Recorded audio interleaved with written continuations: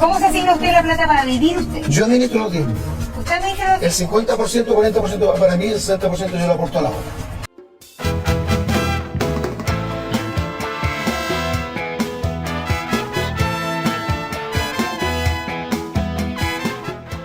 Amigos de Biblia Libre, ¿cómo están? Mi nombre es Edgar Escobar, bienvenidos a este nuevo programa. Y un escándalo se ha armado en Chile tras las declaraciones en televisión pública y en diferentes medios del famosísimo pastor Marcos Morales, pastor de la Iglesia Cruzada de Poder, quien ha hecho unas afirmaciones muy polémicas y ha estado en el ojo del huracán. Y antes de escuchar sus declaraciones, quiero decir que nosotros no creemos que lo que la mayoría de las iglesias hoy practican como diezmo sea realmente el diezmo a la luz de las Escrituras. Dejo aquí mis videos sobre qué creemos bíblicamente realmente que es el diezmo y qué es lo que nosotros tenemos que hacer como cristianos. Nosotros desde Biblia Libre predicamos que el cristiano debe dar voluntariamente, generosamente y constantemente. Pero bueno, ¿qué fue lo que dijo realmente Marquitos Morales? ¡Escúchelo! Jurídica. ¿Cómo se asigna usted el sueldo, pastor? ¿Cómo se asigna usted la plata para vivir usted? Yo administro los diezmos. ¿Usted administra los El 50%, 40% va para mí, el 60% yo lo aporto a la obra. El 50% de los diezmos va para usted. Sí. Eso, si usted decía que pueden ser 20 No, millones es que al mes. nosotros no vamos a pero venir aquí a decir diezmo, cuánta cantidad, no sé por qué están tan interesados en saber cuánto gana un pastor. Yo soy un hombre que vivo bien. Ajá. Vivo bien. No puedo vivir mal si tengo una iglesia de 1.200 personas. Aquí en Chile lo único que trabajan gratis son los bomberos. Porque no creo que ustedes ganen $1 millón aquí mensual. Usted sabe que ganan mucho más. ¿Y no hay voto de pobreza de parte de usted? No, no existe eso porque eso no es bíblico. O sea, solo se apegan a la Biblia. No, si usted va a la Biblia no hay voto de pobreza en la Biblia. De hecho, en 1 Corintios capítulo 7, versículos 13-14, dice que así como los sacerdotes en el Antiguo Testamento servían al altar y servían del altar, así también ordenó el Señor a los que anuncian el Evangelio que vivían del Evangelio. Pero entonces podríamos decir que esto parecía un negocio. No, no es un negocio. Si tú tienes una iglesia de 1.200 personas, tienes radio, televisión, tienes que salir al extranjero, ¿en qué momento vas a trabajar en un trabajo secular? ¿Te inhabilita? No, No, pero totalmente. distinto es trabajar y recibir un sueldo Por eso. a recibir el 50% del diezmo. No, porque el diezmo lo puede administrar el pastor y Ya, la pero iglesia pastor, que reciben 100.000 pesos de diezmo. ¿Cómo lo hace el pastor? ¿Y usted cómo lo estima? Hay meses, por ejemplo, que dice, bueno, o un orden anual, donde dice, bueno, podría vivir con menos, podría ajustarme el Exacto. cinturón, o siempre usted dice, bueno, si el diezmo fue 20, el 50% del diezmo me quedo con 10. Le explico. El programa de televisión que yo tengo en Televisión Nacional Evangélica, Canal 99 TR, lo cancelo yo de mi bolsillo, no de la iglesia. Crear ese programa, usted sabe que hay una creación de una estructura de programa Pastor, de pero ese televisión. Dios, me descubrieron. No sé cómo, pero me descubrieron. Un héroe por decir eso. Después del escándalo, él supuestamente renunció y luego desrenunció. Es decir, nos ilusionó a todos y luego salió con nada. Bueno, básicamente. Pero antes de analizar las declaraciones de él, tengo que hacer una afirmación. Nosotros creemos que el hecho de que un pastor reciba asignación es algo bíblico. Primera carta a los Corintios, capítulo 9, verso 13. ¿No sabéis que los que trabajan en las cosas sagradas comen del templo y que los que sirven al altar del altar participan? Así también ordenó el Señor a los que anuncian el Evangelio que vivan del Evangelio. El principio es claro. El obrero es digno de su salario, pero eso no quiere decir en ningún sentido que todo lo que se recibe en la iglesia sea del pastor, que es básicamente lo que él insinúa. En el Antiguo Testamento, dice el texto, los sacerdotes vivían de lo que se traía al altar, y los levitas, sí. Pero no quiere decir que ellos disponían de eso como les daba la gana, aunque este señor piensa que sí. Así que analicemos varios problemas. Problema número 1. Se autoasignó el sueldo. Ese porcentaje que usted se asigna, ¿está acordado con el resto de la comunidad evangélica? No. O sea, le pregunto porque, por ejemplo, usted me dice, me asigno un 50% del diezmo, que es lo que usted administra. Y el No, otro que yo podría 50% va para la asignarme el iglesia. 100%. Claro, pero ¿cómo? Porque la Biblia enseña que cuando los levitas tomaban el diezmo, ellos lo administraban. Pastor, para vivir. Básicamente, él dice que él se dispuso a sí mismo dar una parte a la iglesia y el resto pues para él, porque básicamente en la lógica de él, todo es para él. Pero eso no es lo que dice la Biblia. Segunda a los Corintios 8:20, evitando que nadie nos censure en cuanto a esta ofrenda abundante que administramos, procurando hacer las cosas honradamente, no solo delante del Señor, sino también delante de los hombres. Pablo decidió no recibir ofrenda de los hermanos en Corinto. ¿Por qué? Porque no eran maduros, porque no quería ser gravoso para ellos y porque pues sabía que eso iba a causar más bien problemas que bendiciones. Así que deciden no recibirles ofrenda. Por el contrario, sí recibe ofrenda de los hermanos en Filipo. Pese a ello, lo que sí hizo en Corinto fue recolectar ofrenda para enviar a los hermanos necesitados en Jerusalén. Pero él no tocó la ofrenda. Los mismos hermanos y la iglesia designó un grupo de personas para que llevaran esa ofrenda. Es decir, Pablo era supremamente prudente con los recursos, con los dineros. En ninguna parte encontramos a Pablo exigiendo que le den o diciendo que el dinero que se recoge es para él. De hecho, en ninguna parte vemos a Pablo recolectando diezmos. Pero Marquitos dice que los levitas disponían de los diezmos como querían. Pero no, Marquitos. Los levitas no disponían de los diezmos como querían. Ellos tenían unas normas. En la ley estaba cómo iban a distribuir esos diezmos. No era a su libre arbitrio. No, era basados en lo que estaba estipulado en la ley del Señor. Ellos daban diezmos de diezmos, por ejemplo. Y él más adelante va a afirmar que él da diezmos de diezmos. Estoy hablando de Marquitos. Bueno, está bien. Pero aparte de eso, mire lo que dice Deuteronomio, capítulo 14, verso 28. Al fin de cada 3 años sacarás todo el diezmo de tus productos de aquel año y lo guardarás en tus ciudades. Y vendrá el levita que no tiene parte ni heredad contigo, y el extranjero, el huérfano y la viuda que hubiere en tus poblaciones, y comerán y serán saciados, para que Jehová tu Dios te bendiga en toda obra que tus manos hicieren. Aquí vemos claramente que el diezmo era comida, pero aparte vemos que no todo el diezmo pertenecía a los levitas. Por ley debía darle a los extranjeros, a las viudas y a los huérfanos. Es decir, lo que se recolectaba en el templo tenía como propósito una bendición social hacia los que no tenían posesiones, hacia los más necesitados. Y él más adelante en la entrevista va a decir que ellos tienen grandes obras sociales y ayudan a mucha gente. Maravilloso, maravilloso.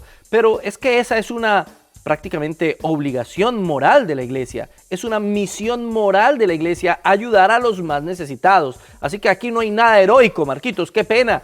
Eso es lo mínimo que debiese hacer una iglesia grande como la tuya. De hecho, deberían las iglesias grandes hacer mucho más que eso. Pero bueno, eso ya es cuestión también de la administración interna de la asamblea, de la iglesia. El hecho de lo que él está diciendo aquí, que los levitas administran como quieren y entonces él recibe los dineros y los administra como quiere, no tiene fundamento ni en el Nuevo Testamento, como lo vimos con Pablo, ni en el Antiguo, como lo vimos con los levitas. Pero no se quedó ahí. Mire lo que sigue diciendo. En segundo lugar, el 60% yo lo aporto a la obra. Primero dijo el 60 y luego le dijeron el 50 y él quedó en el 50. No sabe si es el 50 o el 60. ¿Qué está pasando en esa administración, Marquitos? No es muy transparente. Pero no, Marquitos, no. No es que tú recibas el 100% y eso es tuyo y entonces tú voluntariamente y abnegadamente decides darle el 60% a la iglesia. No es así.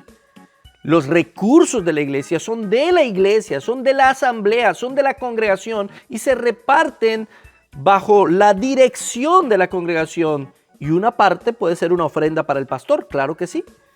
Pero no quiere decir que como pastor él tenga que disponer de todos los recursos como le viene en gana. Por eso es que hay tanta corrupción, por eso es que hay tantos multimillonarios y por eso es que hay tantas personas que no quieren acercarse a las iglesias cristianas. Por ese tipo de pastores y ese tipo de afirmaciones. Mira lo que dice la segunda carta a los Corintios, capítulo 11, verso 8. He despojado a otras iglesias recibiendo salario para serviros a vosotros. Y cuando estaba entre vosotros y tuve necesidad, a ninguno fui carga, pues lo que me faltaba lo suplieron los hermanos que vinieron de Macedonia. Y en todo me guardé y me guardaré de seros gravoso. Sí, para Pablo era muy importante no ser de carga para la iglesia. Y está bien, él en Corinto se abstuvo de recibir ofrendas, lo que sí recibió fue ofrendas de Filipos. Está bien, pero el principio era el mismo. No quiero ser gravoso a estos. Los otros tienen un buen corazón y está bien, voy a recibir cierta ofrenda.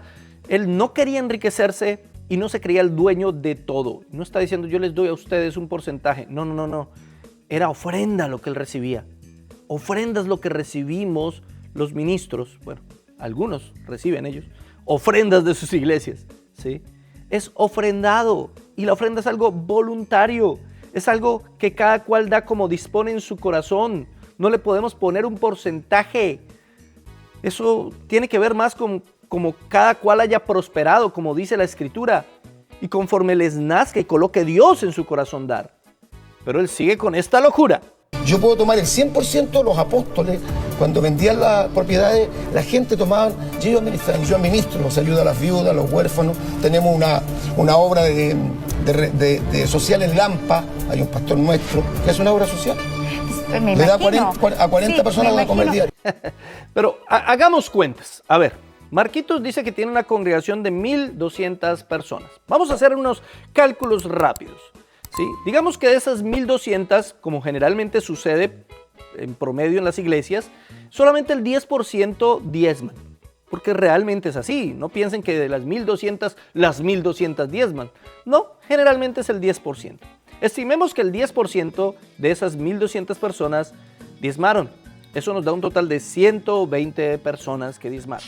Ahora, según esta página, el sueldo promedio de un chileno es de 611.162 pesos chilenos, unos $690 mensuales. Eso no me lo inventé yo, lo dice la INE. Si solamente 120 de esas personas diezman, eso nos daría un total de 7.333.944 pesos chilenos. Si el pastor se queda con el 50%, serían 3.666.972 pesos chilenos, unos $4.143. Y eso aquí en Estados Unidos no es mucho, tengo que ser honesto.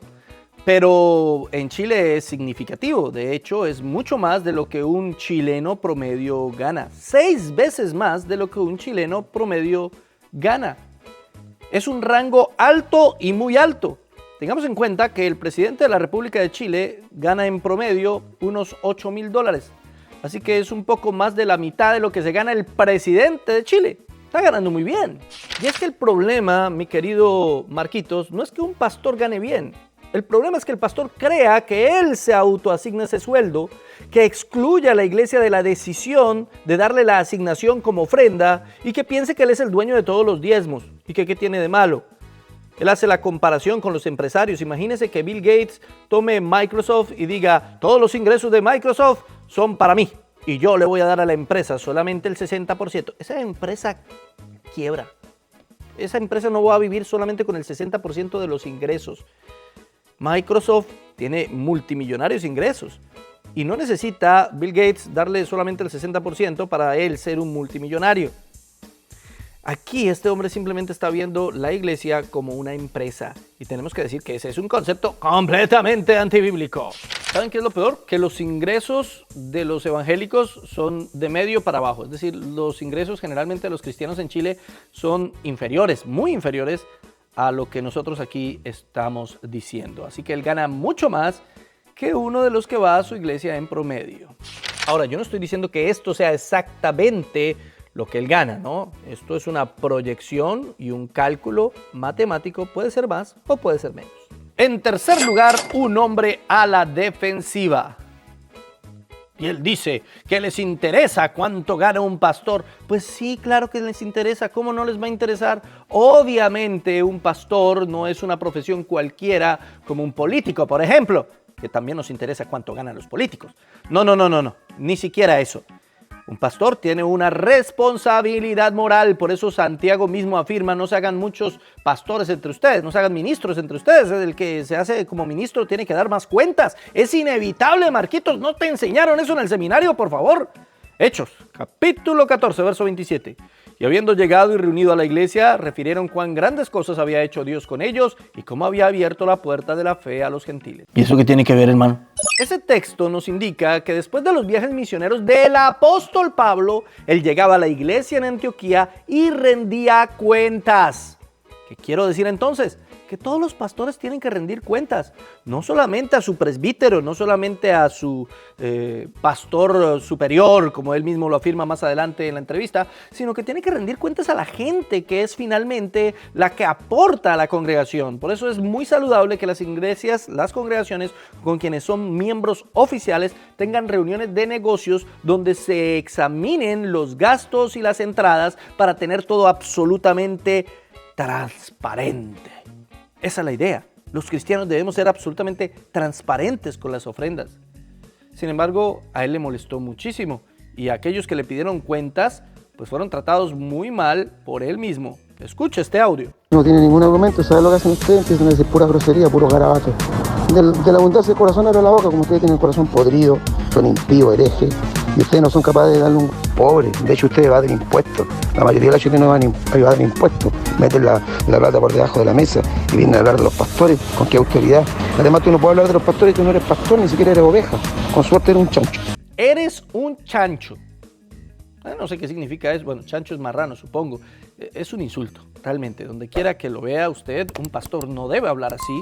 Es algo bastante grosero y hace quedar muy mal el evangelio y a su iglesia. Marquitos, cada vez que hablas la empeoras. Pero es que él afirma, ¿y qué hace una iglesia que solamente tiene 100 personas ahí y que solo 10 diezman? ¿Qué hace el pastor de esa iglesia? Pues ¿qué hace el pastor? Trabajar en otra cosa, porque ¿qué más va a hacer? Pastorea y trabaja en otra cosa, ¿sí?